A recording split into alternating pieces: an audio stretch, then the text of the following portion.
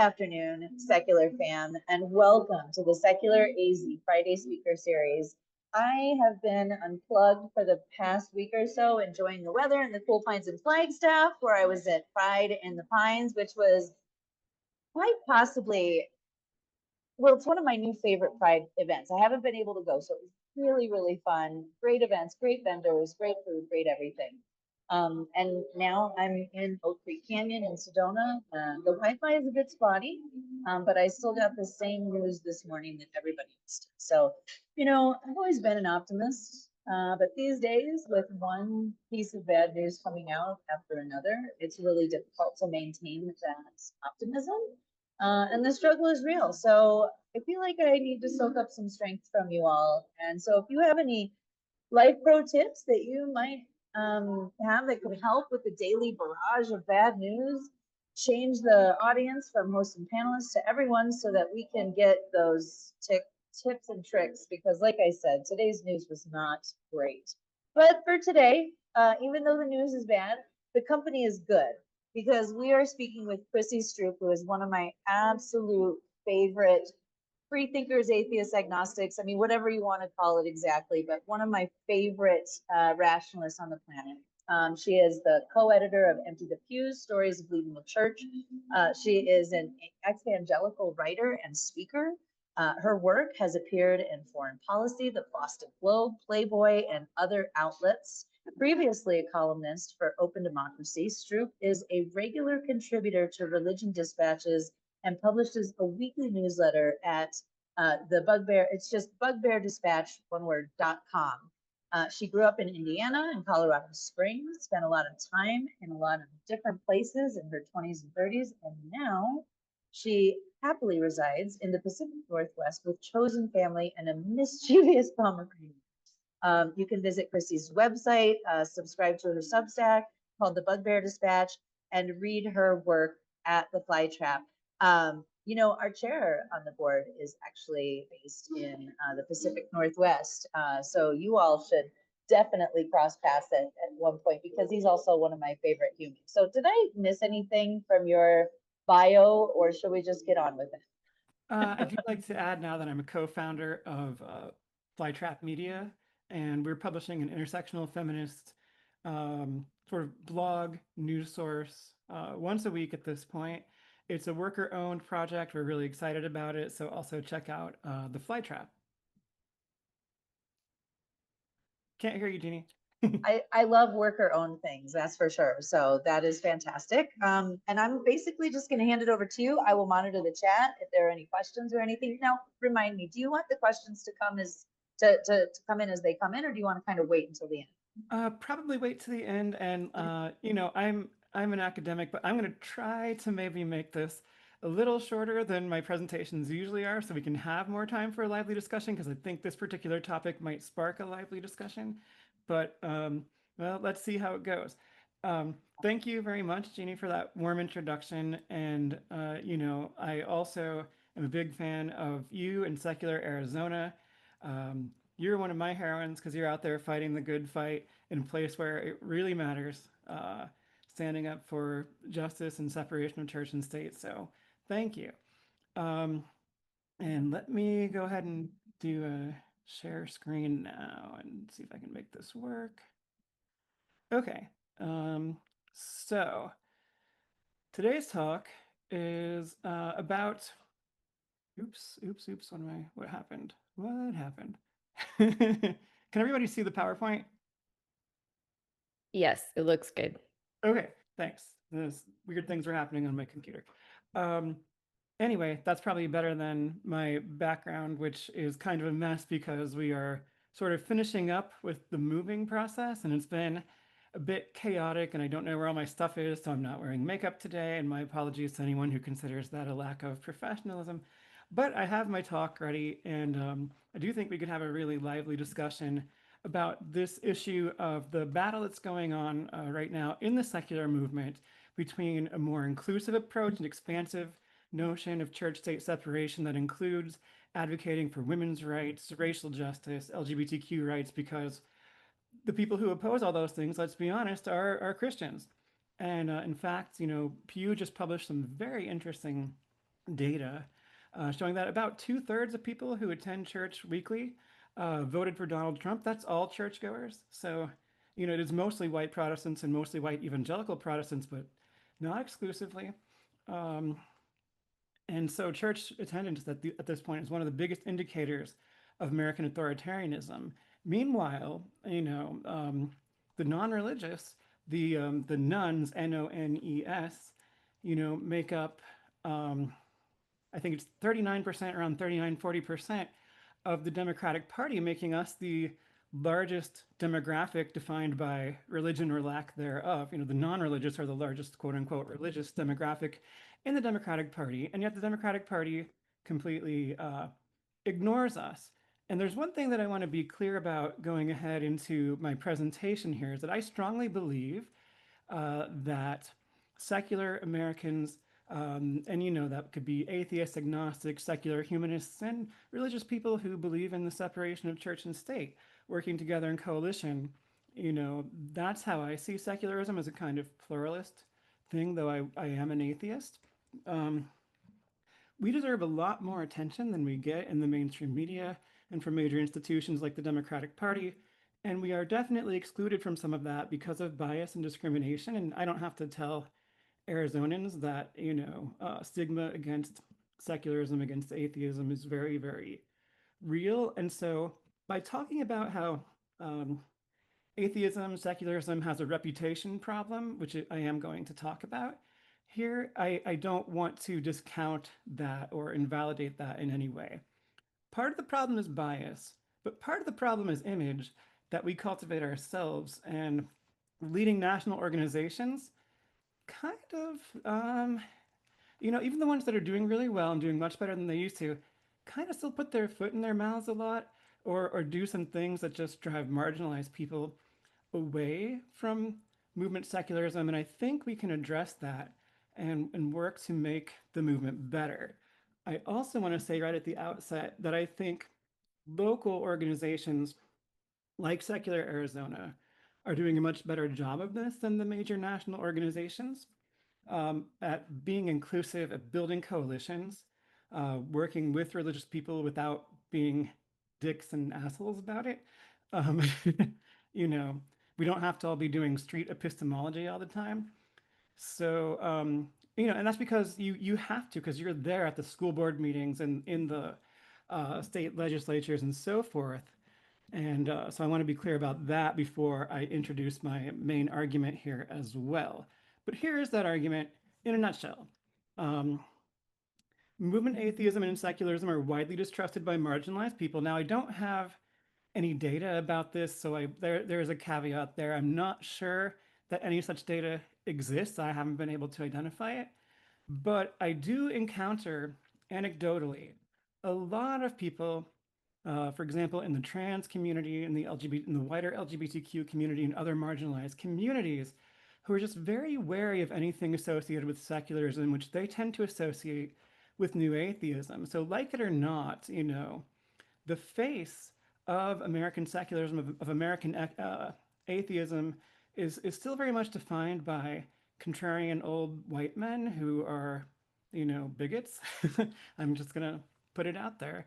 And that's a problem because they do not represent what most American non-religious people, very much including atheists and agnostics who tend to be more progressive in the aggregate than the general non-religious population, they don't represent us at all. And yet the national organizations continue to treat them like they do because they're famous and they get star power out of it.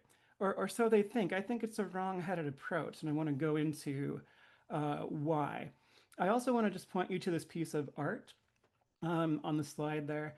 I don't know if you can read the text there, but that's a quote from an article that I just did, a deep dive, a reported piece, about 5,000 words, on the state of the American secular movement. So this is something that I've been studying for months. I published this piece in the Flytrap. It's not the kind of thing that would usually be published in a legacy media outlet or talked about on the cable news. And I think that's a problem, and I want that to change. But I'm really glad I could publish it in the Flytrap. So what it says up there in the corner is, can women, immigrants, people of color, and queer and especially transgender folks expect secular advocates and organizers to have our backs? That is kind of the question that I pose at the outset of the piece. And I'm going to quote a couple of paragraphs from it.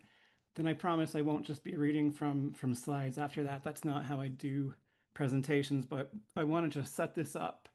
Um, so here's one of the main points I made in that article. Effective non-religious advocacy is vital in a country so steeped in Christian privilege.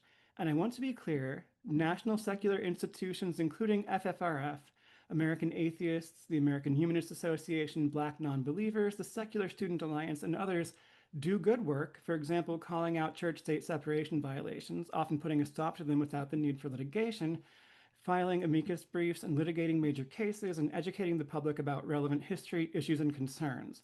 Some have also invested more in their partnerships with local affiliates in recent years. So, starting with the positive here, because I'm about to sort of flip and do a but here are the problems. And I highlight FFRF, the Freedom from Religion Foundation, in particular, because what inspired this piece is a series of events you likely have some familiarity with. There was a legal intern and then a full-fledged lawyer, legal fellow who worked for FFRF for almost 3 years, named Kat Grant. They are a non-binary trans person and did a lot of work to help the folks at FFRF educate themselves on trans issues and concerns and do better with that. And by and large, had a positive experience until last November. And at that time, Kat Grant published a piece on the Free Thought Now blog called What is a Woman? A sort of snarky title, in which they basically eviscerated strictly sort of biological definitions of womanhood in a very clever way. I do recommend reading it. Now, this piece made the cranky old men on the honorary board of FFRF get a twist in their undies, I guess. They were really mad about it. So, that would be Jerry Coyne, Richard Dawkins, and Steven Pinker. And Coyne basically demanded of Annie Laurie Gaylor, the co-president of FFRF, that he be allowed to write a reply. And, she, by all accounts, she solely made the decision to allow that to happen. And this reply that Coyne wrote was full of, frankly, like lies, disinformation, and bad and probably often bad faith reasoning. For example, it included the completely false assertion that transgender women are disproportionately likely to be sexual predators. And Gaylor simply let that go, with a caveat that this does not necessarily represent the views of, our organization, but published it on the Free Thought Now blog. And she published it on December 26th, and Kat Grant says, that Gaylor published it over the holidays in the hope that it wouldn't receive much attention. But of course, it did receive a lot of attention. And Kat experienced a lot of online harassment, including death threats, as a result. So FFRF then pivoted, took this down, and then Coyne threw a fit about that, and then Coyne and Dawkins and Pinker resigned from the honorary board in protest before FFRF could dissolve it, which they did, so they no longer have an honorary board. But this is part of a pattern with the national organizations, right? Even if they have moved beyond the politics of the cranky old bigoted contrarians, they're still often platforming them. And it's time for them and for all of us to move on, is the point that I want to make. And also on the trans stuff, anti-trans agitation is huge in Britain among certain British politicians and public figures, including J.K. Rowling, of course. And these kinds of folks are so vicious, they're basically witch hunters. These are the people who spread rumors that, if you recall, the Olympic boxer Imane Khalif was transgender when there's absolutely no evidence that she is transgender. She's just a really good female boxer. And Dawkins spread those rumors himself, which also got her a lot of harassment and hate. So this is vicious bigotry, and we need to call it what it is. So that was the series of events that led me to do this whole study, and I passed a gift link to the article along earlier because most of it is paywalled to Lindsay, so we can get that to all of you if anyone wants to read the whole article. But yeah, so ever since then, ever since I started working on this in early spring, I've continued to think about these issues. Here's another piece from the article itself. All that notwithstanding, all those good things I just mentioned on the previous slide, it's still fair to ask whether major secular institutions can be expected to meet the needs of contemporary non-religious Americans when too often they act like dinosaurs, and not the sleek, fast, scary, smart dinosaurs of Jurassic Park, but the plodding, pea-brained ones I read about as a child in my mom's old college textbook on natural history. And that's where I dropped that quote about, can people from various marginalized groups really expect secular advocates to have our back? And I know that in many cases we can, but we're also getting mixed messages, especially from the national movement. So, moving on, here's a quote from Kat Grant, who is optimistic overall about how things are changing, but also on the issue of the mixed messages that these organizations are sending. This is how Kat looks at it. That people like Annie Laurie Gaylor, Dan Barker, and other movement leaders are learning that many of their friends are terrible people, and they're still working through the cognitive dissonance of that.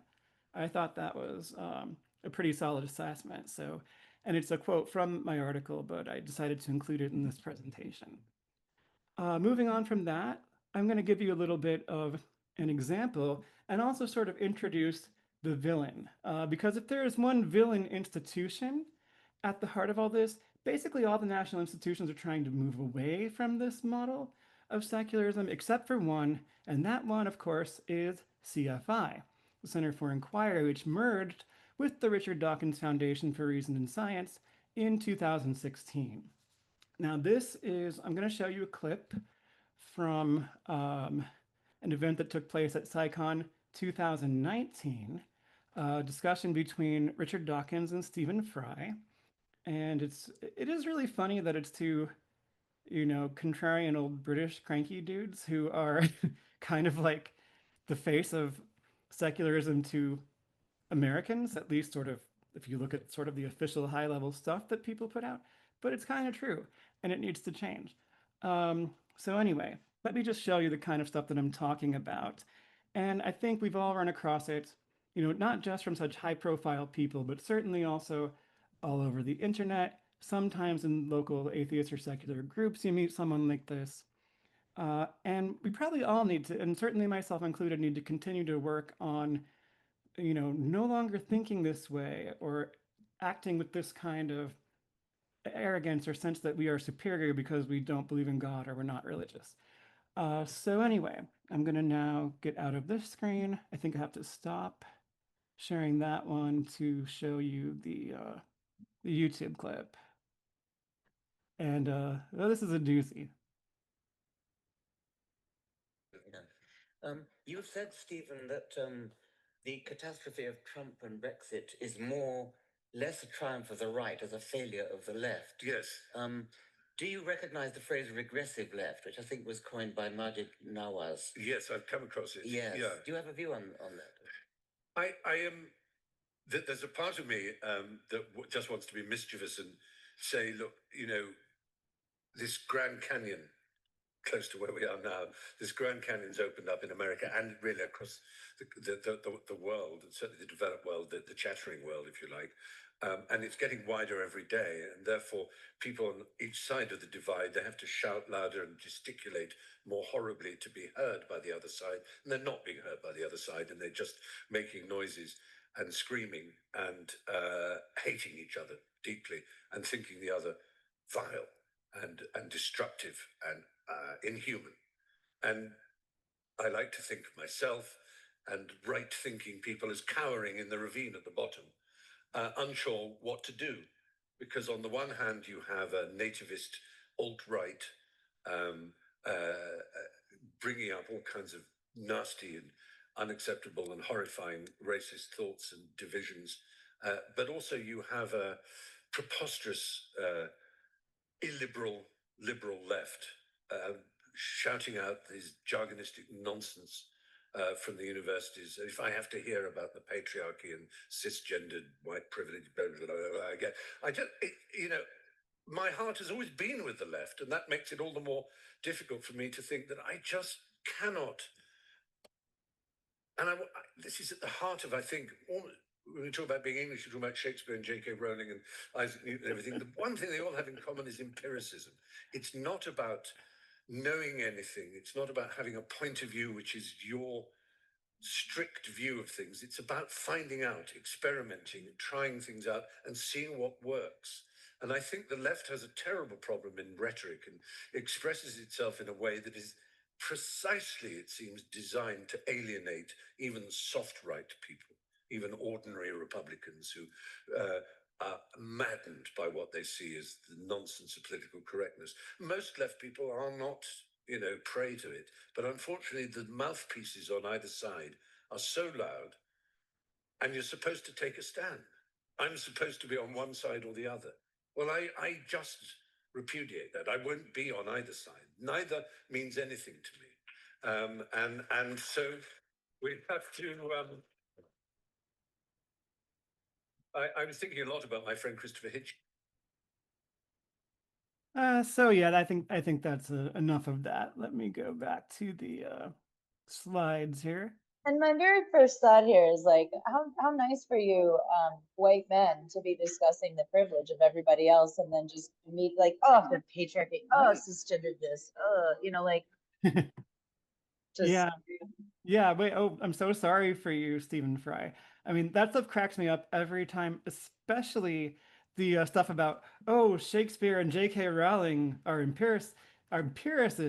Even Isaac Newton wasn't actually an empiricist, he believed lots of esoteric stuff, which all the intellectuals did at the time that he was alive. So it's all very silly. But let's see, where's my screen share to go back to the PowerPoint slides? Why are they not? There it is. There it is. So this is the kind of stuff I'm talking about, right? Poor old Richard Dawkins and Stephen Fry. And it is sad to say bad things about a man with such impeccable taste in ties, but unfortunately he's a bigot. This is the stuff that they are on about these days, and it is destructive. And as I say at the bottom of the slide, it's giving us all a bad name. So is there something we can do about it? And I think there are some things that we can try to do about it, both as individuals and perhaps in an organized way. But on the individual front, I think we can all work on shedding the baggage of European colonialism. In secular spaces, you still often come across this kind of romanticization of the European Enlightenment, and that fuels arrogance and supremacism among reactionary atheists. And so this is probably the most provocative statement, possibly the most provocative statement in this presentation, but aggressive atheism is arguably Christian atheism. It needs to proselytize. It needs to be right. It needs to be the smartest person in the room. And you can really see how it comes out in the way that they talk, guys like Fry and Dawkins talk about women and brown people, right? So there is this whole side of the European Enlightenment that was about breaking away from religious norms, and we can find a certain heroic element in that, I suppose. But there was another side of it in which this new rhetoric of reason just kind of gave European elites a new language in which to justify colonialism as a civilizing mission. So it certainly didn't do anything to stop racism, misogyny, enforcement of a gender binary, colonialism, imperialism. We need to perhaps consider killing our gods here. And I do think that many atheists are actually reverent toward people like Dawkins. And that's really not great. So those are all points that I could unpack at greater length, but I won't for now. And then here's another quote from the article. One of my sources, Calvin Sinopathy, who is an atheist, but not someone for whom that's like a big part of their identity, but also does go on the secular speaking circuit and is just a really fun, great, fascinating person. And Calvin uses either they, them, or she, her pronouns, so I might, switch between those as I talk about her. But, you know, they are the child of Indian immigrants to the United States, grew up in Madison, Wisconsin.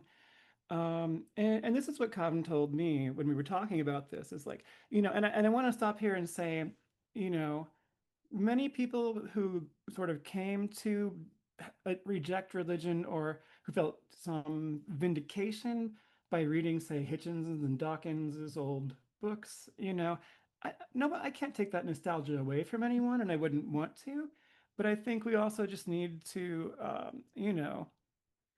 we need to be more, we need to be open-minded to recognizing that things that we liked in the past can be, to use that stupid word, problematic, right? And maybe we need to move on, but I don't want to take that nostalgia away from anyone, but I do want to point out, as that you don't have to read old cranky white men to not believe in God. Most of Calvin Synopathy's relatives are cultural Hindus.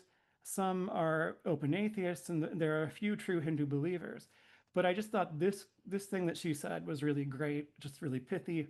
None of my atheist elders that I look up to, that I looked up to growing up, came to atheism by reading the works of white men. And Calvin has a fascinating history with CFI. In fact, they were there at SciCon in 2019 and pointed me to that clip, or to the fact that it existed, and then I dug it up. And at that point, when they started talking about the regressive left, Calvin simply walked out of the room. And she had become really frustrated with Robin Blumner and CFI and the direction that things were going. For example, Calvin Synopathy had brought up how they were like the only non-white speaker at SciCon for a couple of years there, and had asked Robin, "How about inviting some atheists from former colonized countries?" And apparently, according to Calvin, and Robin Blumner did not respond to my request for comments. So according to Calvin Synopathy, Robin basically said, well, we can't have these people up there airing their grievances. So CFI is full of racism, it's full of misogyny, it's full of all kinds of bigotry, and certainly anti-trans hatred. And I think it's a problem that uh, many people still look up to CFI as a heroic organization, and that people in the other national organizations that are doing better, they still legitimate these regressive views by working with CFI. And I think now to move from the personal sort of unpacking of privilege and power to the social organizing aspect of this, that if there could be a movement to isolate CFI from the other major secular organizations, that would be a really positive thing, because CFI, along with YouTube and Quillette and the so-called intellectual dark web and Sam Harris's podcast, this is where the anti-woke forces in American secularism are concentrated at this point.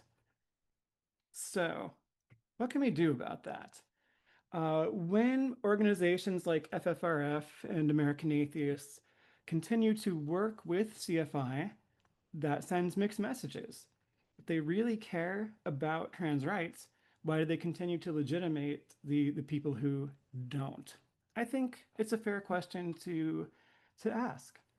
And one of Kat Grant's problems while working for FFRF was the continued platforming of Dawkins after he had got on the anti-trans grift bandwagon. And according to Kat, Kat had talked to Annie Laurie Gaylor about no longer platforming Dawkins, or had talked to, maybe it was one of the lawyers who then talked to Annie Laurie. But in any case, Kat had the impression that FFRF had agreed to stop platforming Dawkins, and then they platformed him again. So I think this is a problem. And I think if there's enough pressure from below, from the local affiliates of, the national organizations, maybe it would stop. So that's one thing that I would consider a possible practical solution, but also, and again, you at Secular Arizona are doing this right. Embrace pluralism, build coalitions, individually work to root any remnants of supremacist thinking out of ourselves. Being atheist doesn't make us inherently smarter or better than religious people. Oh, and that's another thing that Calvin Synopathy told me that I thought was really great. Secular people often tend, certainly secular people in sort of Western mold, right, tend to think that religion is the root of evil. But Cotton said, it's not religion, it's dehumanization. And as I, pointed out earlier, the rhetoric of the Enlightenment can also be used for dehumanization. Um, and of course, be outspoken in your support for the rights of immigrants, racial and ethnic minorities, women, and LGBTQ, and especially trans folks, and do so in secular spaces. And here's the hardest thing, but I think it would be really good. I just want to put it out there as something that perhaps secular organizations could work to do. If CFI could be isolated and made into a pariah, uh, that would be a very healthy thing for the secular movement. Maybe a pressure campaign could be started. So that is really all I have to say. And now I'd like to engage in conversation about this. Thank you for listening, and thanks for having me again. So I guess my first question is, what, how would you characterize your relationship, in those spaces before writing the piece that you wrote? Like, I mean, was it a surprise to anybody that, there's a group of us within the movement that is calling out this kind of, incrementalism and like this the weird, I'm a cultural Christian kind of commentary or whatever that was, like so I just want to know how you've been received, and maybe it hasn't affected you because you've always been saying this.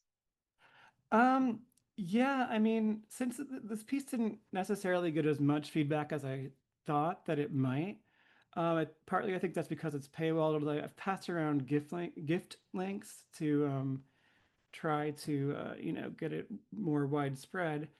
Um, but I know it wasn't really surprising to me, but I wanted to like document the details. That's part of why I did it.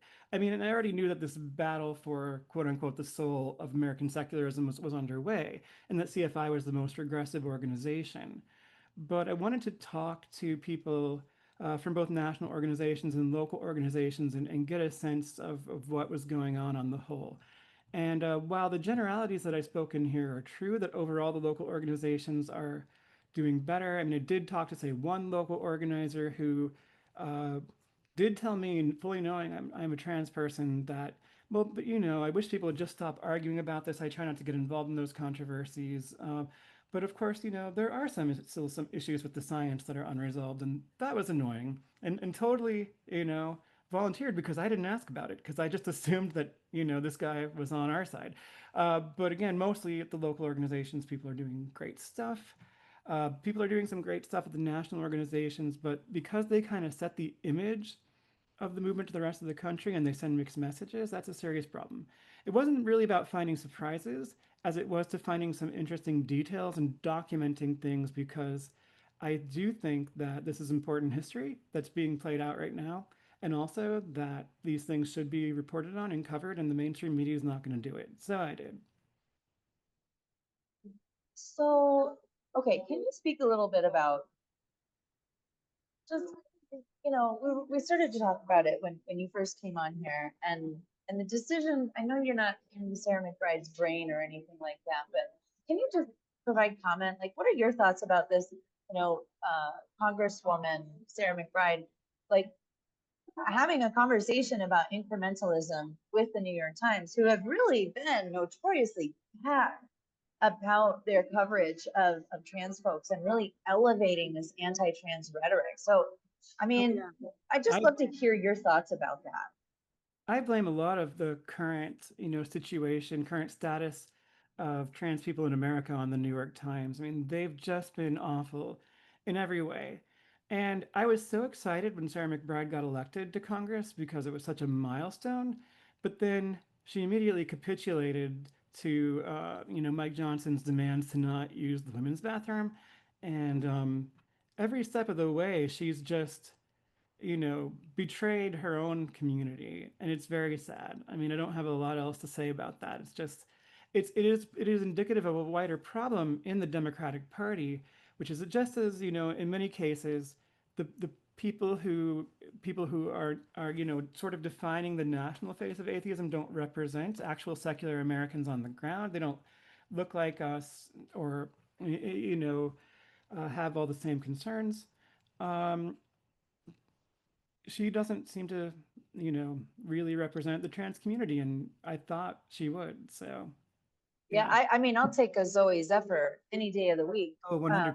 You know what I mean? That woman truly stands by her values, That was great.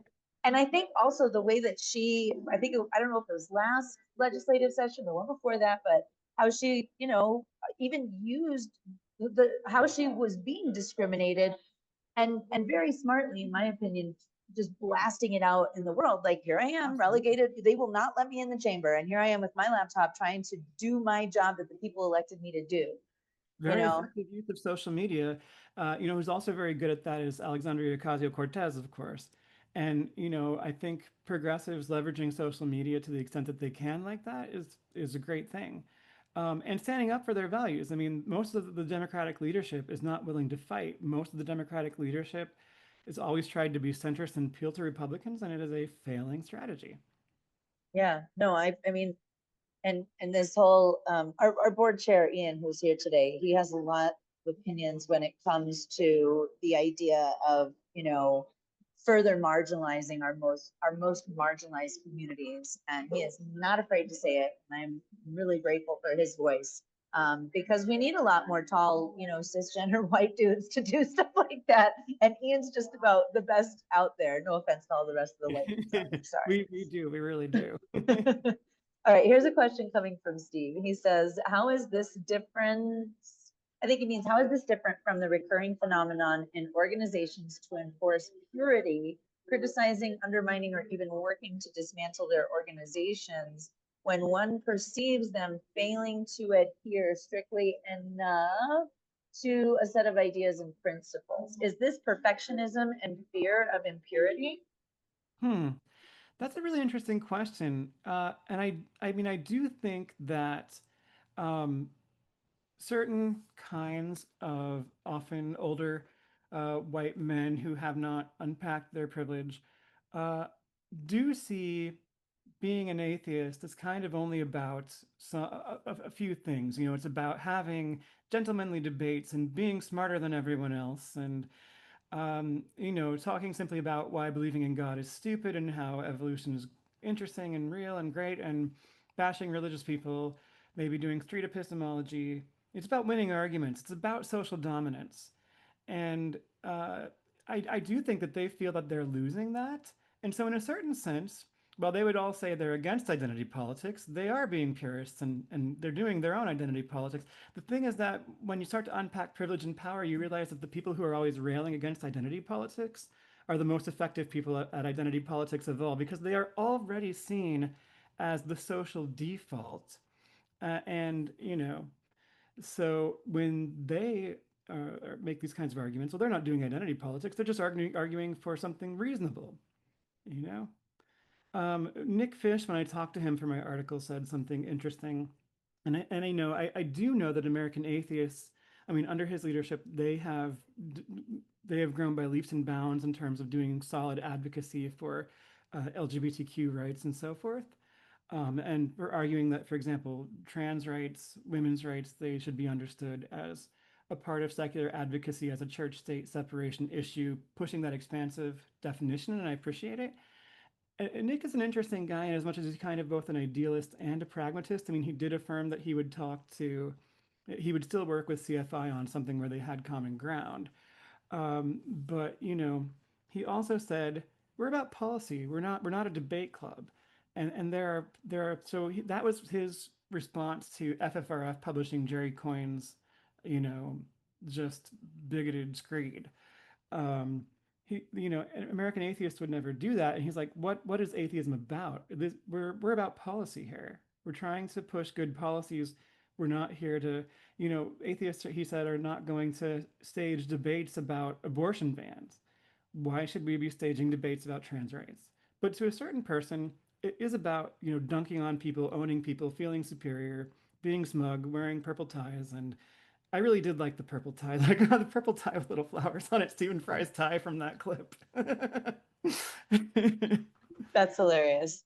Okay, so I have a question, and there's a couple comments on here that I'll get to in just a minute. But can you explain why as you know, as far as like developed nations, right? Like, what is it about the United States and England specifically that seem to really struggle with the science around, you know, transgenderism? Like, why are those two nations the most like against? Is it just because we love the patriarchy so much? What's that all about? I mean, that's also a great question. And, there are some exceptions in Europe, like Finland, but Finland's always kind of an outlier on a bunch of things. Continental Europe, I mean, but there are obviously a lot of like deep-rooted historical and cultural connections between the UK and the United States, not always in the best possible ways. Some very stupid ideas about freedom and I mean, look, freedom and liberty are great things, right? But some kind of jingoistic patriotism is pretty common between the two. It's hard to say. I think, you know, maybe there's something that you could connect it to in the Anglo-American philosophical tradition of analytic philosophy that romanticizes debate. Um, Philosophy departments in general are one of sort of the last bastions of unreconstructed patriarchy in many universities these days. Um, but it's just kind of a broad cultural phenomenon, and I have to give that some more thought to have a really good answer, I think. Okay, well, the next time you come, then that's the first question that you're gonna But have it's, to answer. I mean, Yeah. they're both defying the WPATH standards now that are still the gold standard worldwide. I mean, both countries are in very reactionary moods right now, at least with the people in power. Yeah, I wonder too, like how much does the media have to do with that in those countries too? You know, given the fact that these billionaires tend to accumulate these media outlets, and then they become the mouthpiece for whatever their opinions are. I mean, sure, the tabloid press undoubtedly has significant influence in Britain, but the BBC is not owned by a billionaire, and it has not done great on trans issues. There's just been a lot of Um, people have just capitulated after small groups of people screamed very loudly. yeah, it's really it's a sad state where we are. Here's a comment Yeah, it's a moral. from yeah.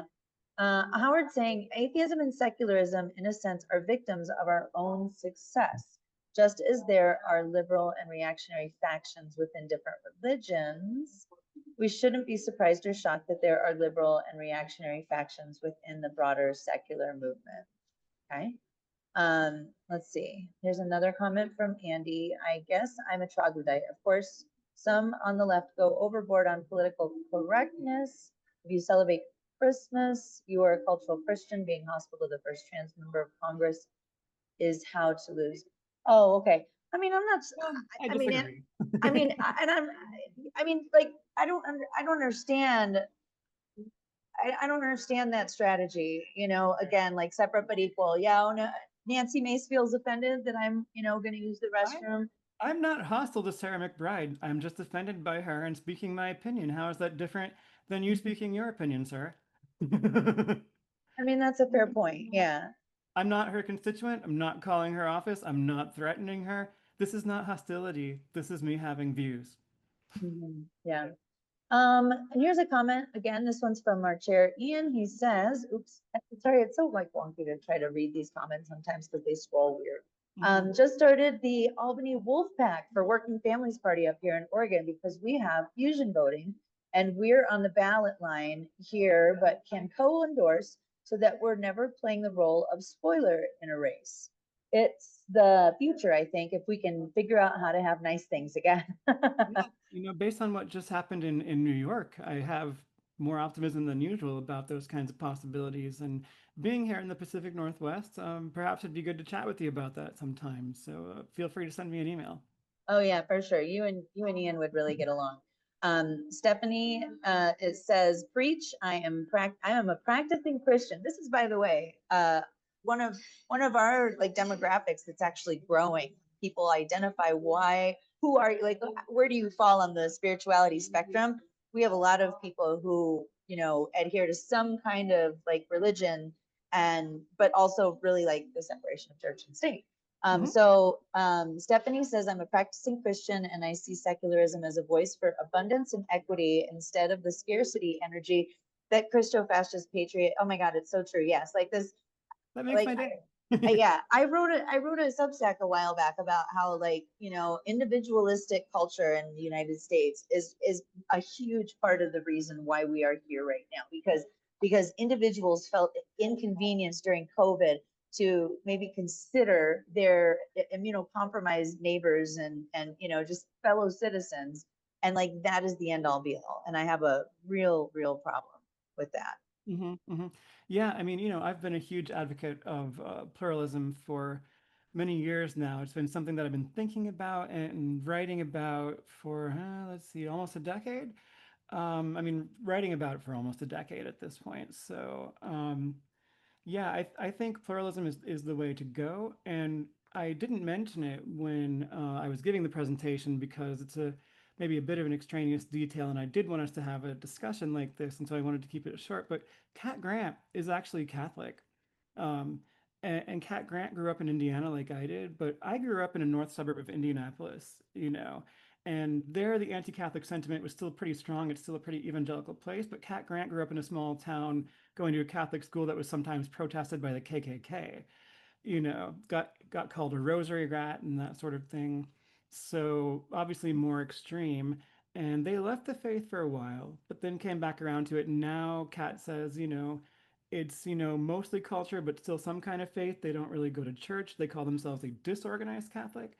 But I thought it was fascinating that any kind of Catholic was happily working for FFRF, um, and really helping them start to do better on queer issues.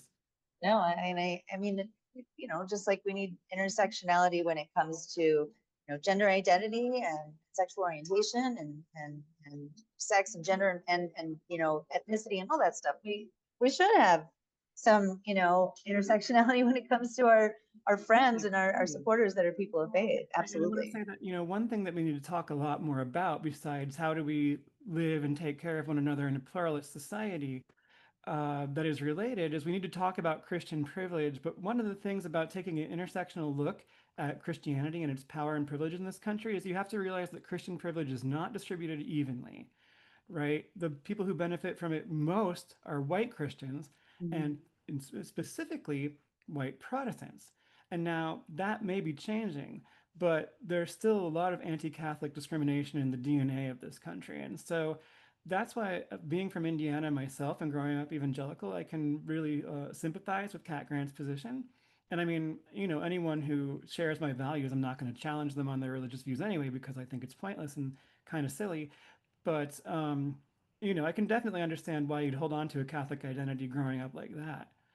Uh, I mean, when my parents, this would be in the early 60s when my parents got together, you know, my dad's family, they didn't even really go to church, to be quite honest. I don't remember if they were Methodist, something like that. I don't care.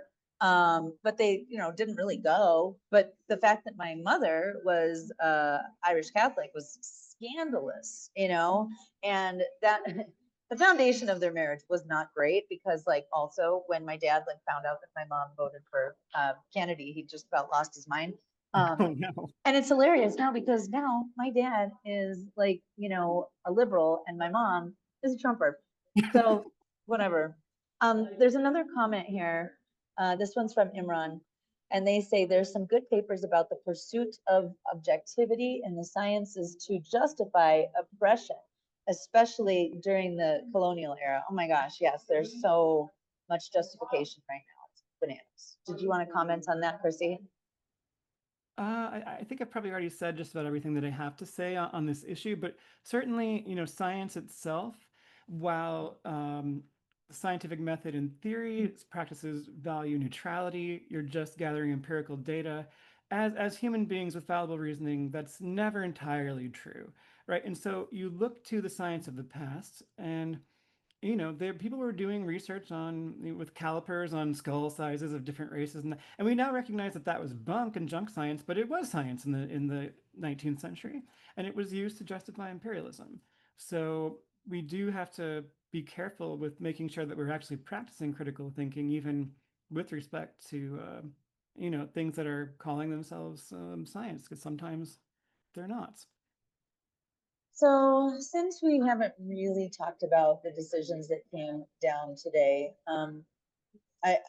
there were several bad things that happened with the Supreme Court today on their last day.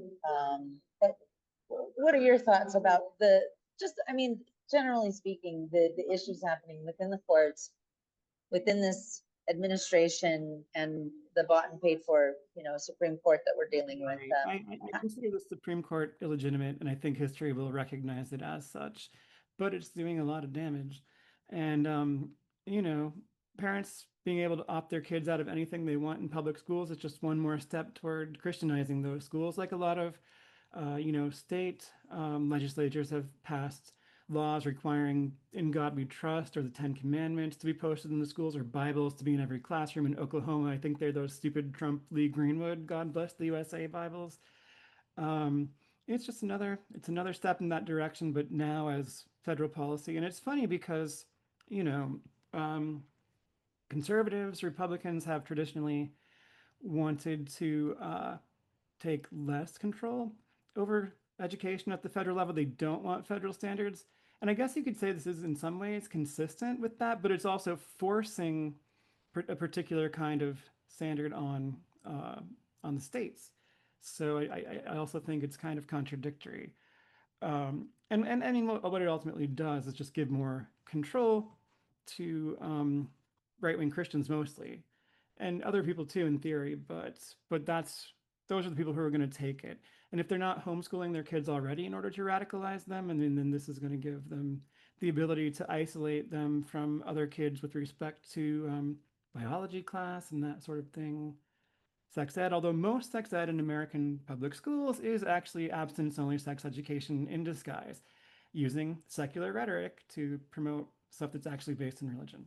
It's quite, what's the word I'm looking for? Insidious. That's the word. Here is another comment. So this one comes from Howard. I was surprised a few years ago to read that the white supremacist Richard Spencer is a pro-choice atheist. He is pro-choice because he can support abortion proportionately reduces the number of people of color more than whites. I haven't subscribed to Skeptical Inquirer or Free Inquiry for a number of years, so I don't know how bad they've gotten.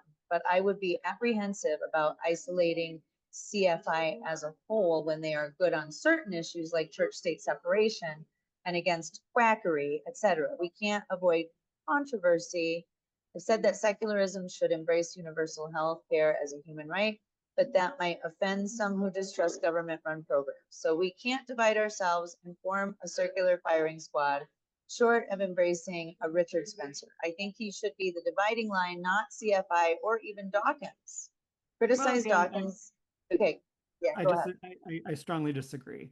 If we want the secular movement to be better, then we have to take sides on some of these issues. And, it can be tricky in part because of where the donations come from, but things are changing generationally with the national organizations. And yeah, I will not give any validity or legitimacy to CFI where they are these days. They are an organization of bigots, and I think they should be made into a pariah. I'm not gonna be moved on that, and I don't see it as a circular firing squad. I see it as taking out the trash. And And yeah, skeptical Inquirer is as bad as, probably worse than ever. I don't know. Some of you may remember that once they published an issue a few years ago on a skeptic's guide to racism, I think it was called. Not a single non-white contributor to that issue on racism. And then more recently, and I know this, I don't have a subscription to Skeptical Inquirer, but for my recent article, I talked to Mandisa Thomas of Black Nonbelievers. And Mandisa had a copy of an article that Robin Blumner had published about racism. And the TLDR of this article, as the kids say, the too long don't read summary, is basically that anti-racists are the real racists. Let's all be colorblind. So yeah, that's where they are. And until there's a major leadership change in that organization, will not support them in any way. And I will advocate that others do the same because I think that will make this movement better. Yeah, I remember when I think it was Mandisa at this would have been probably back in 2021, maybe. And it would have been in like October, November. So I think that's the American, that's FFRFX. Anyway, they she after she spoke, because she basically called everybody out in the room for their racism, their, you know, embrace of the patriarchy, of their transphobia, of everything. And it was, I think Lindsay was there that year too. And like all of these people immediately walked over to, like, you know, whoever was in charge of the program. I can't remember at this point. And just like, you know, were wagging their fingers at him because she was just saying, look, y'all, check your privilege. That was literally what she was telling people to do. I And they love got Mandy angry. Thomas. And you know what? She has never drawn a salary as the leader of Black non-believers because they still don't have that kind of funding. And that is sad. Withdraw support from CFI and give it to Black non-believers. They need more. You know? Yeah, I mean, it's a really, I don't know. I wonder if perhaps a lot of these people who seem so willing to, you know, just throw an entire marginalized population under the bus, like, do you just not know anybody? Have you not? Because I can tell you right now that my interactions since coming, I mean, I had trans students when I was a teacher, of course, you know, they would come to me first thing, "Miss, it says this on my name, but please call me this, and these are my and I would be like, okay, kid, you got it. Now we're at a stage where like that could be, I mean, they tried to make that a felony offense for teachers, like Yeah, to well, do and something like it's that. very well of you that, you know, those trans kids saw you as someone who is safe, that they knew you would be safe. And I mean, that doesn't surprise me at all, because Yeah, that's who and you. I acknowledge your humanity. Like, you know, we're all on this big giant beautiful struggle bus together. And why wouldn't we want to just offer a hand to somebody like that? And then also because of my work in this position, you know, we've got this idiot, this I mean this senator who is really a Notice trailblazer. these days, aren't they? Who is like since 2012 this man has been just singularly focused on children's genitals, like, you know, before anybody else cared about that kind of stuff, this guy. And I swear something happened in his past because he was a port authority cop, and I swear to God something happened in his past with a trans person, whatever. Anyway, he comes up with these bills, and I've been going to the Capitol since 20. I mean, I've been going to the Capitol for a long time, really advocating for these families. And when you see these families, and like one of our greatest leaders here, whose name is Lizette Trujillo, not only like is she the mother of a trans kid, but her husband is also an immigrant. And so they moved out of the country. Like we are literally sending our best and brightest overseas right now, and we're kicking them out of the military for what? Because you're confused? Like, no, do better. Just do better. Sorry. Okay. Yeah, no, preach. Erica is one of those folks who's always at the Capitol too. She says, to be fair, Kavanaugh hates everyone who's not white, straight, cis, and Christian. He's not singularly focused on trans people. Okay, fair. That's true. But he does have he really, really doesn't like those kids. Yeah, I mean, it's been just a massive moral panic in recent years, and it has caused so much anxiety to myself and so many people in the trans community. Uh, you know, and we all thought that things were really changing around 2015, 2016. Some of you might remember the Time magazine cover called "The Trans Tipping Point" that featured what's her Laverne Cox, the actress, on the cover. You know, Orange is the New Black was a huge hit show at that time, and great trans representation in that show.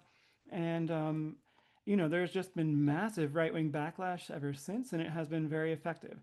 And some backlash from the supposed left, like British Marxists, but yeah, fuck those people. Sorry, can I say that on the recording? It's totally fine. So, okay, I know that this is not Marxists, the old school Marxists, yeah. yeah. This The is ones who not like Stalin thought that being gay is bourgeois, right? So right, you know, like whatever. Just just mind your business, you know, mind your business. right? No one's forcing you to do anything. We just want to live with the same rights as the rest of you. And it makes me wonder too, like these people who are like, who well, these trans people are asking for too much. How do they feel? Seeing, this father of 3 Marine veterans, for 2 soldiers or 2 enlisted men and a veteran. How do you feel about that? How do you feel about the kid who's left on the sidewalk crying? Like, at what point, tell me where the line is drawn, because then we'll just all know. Like, who exactly are you willing to throw under the bus? Like, because I feel like Richard Dawkins has made it crystal clear for all of us who he's going to throw under the bus. So maybe just lead with that, folks. Very serious point in the dehumanization of trans people in Britain and the United States. And dehumanization is the first step towards, greater political discrimination all the way up to genocide, potentially. I mean, they're trying to pass laws that make it impossible for us to live as ourselves. So it's a scary time to be trans in this country. And we need all the allies we can get. And I will also say that if you look at the secular survey that American Atheists published, and I believe it was 2020 or maybe 2019, this is what young secular people want. They want secular advocacy to include LGBTQ advocacy. Secular advocacy and organizing is not going to survive if you stay stuck with the troglodytes. You're going to need to embrace the kids, and the kids see LGBTQ advocacy as a church-state separation issue. And you know what? We can draw a lot of parallels right now between the atheist community, atheist, agnostic, humanist, whatever, and the Democratic Party. They're like, in the same mouth that says we need more young people in our movement. The other side of their mouth, they say, well, not those ones, or not that way, or not with those issues, and not with that platform. It's like, well, what do you want? And, and this trend seems to be reversing now a little bit, but, younger Americans overall are way more non-religious than older Americans. And with the youngest Americans, there's a really interesting gender divide happening. Some fascinating statistics have come out. More women now are leaving religion than men. And that's also a question I posed to a number of secular organizers, national and local, are you doing anything to embrace the women who are leaving church? Because there's a lot of them. Most people didn't really have an answer for that, or didn't even understand the question. And here we go. Yes. So, so real quick, because I have to close with this, and you've answered this question before, but this particular week right now, what gives you hope? Well, you do. And, and and hearing also that there's was a Christian in the audience who agrees with the points that I'm making, and having a good lively discussion about all of this has actually just been a really nice way to spend part of my afternoon here, particularly amidst the chaos of moving. I apologize for the background. I can't close the closet door because there's too much stuff in front of it. But it's been a nice, this has been really lovely. It always is visiting secular Arizona. So thank you so much for having me. Well, we appreciate you too. And I appreciate being able to have folks like this, differing opinions. I mean, I appreciate that we can all come together and have these conversations. And I appreciate you. And I really do hope that you connect with Ian, our board chair, because I think you guys would have a great time. Thank you. All right, everybody, have a great weekend, and we'll see you next week. Take care. Bye-bye.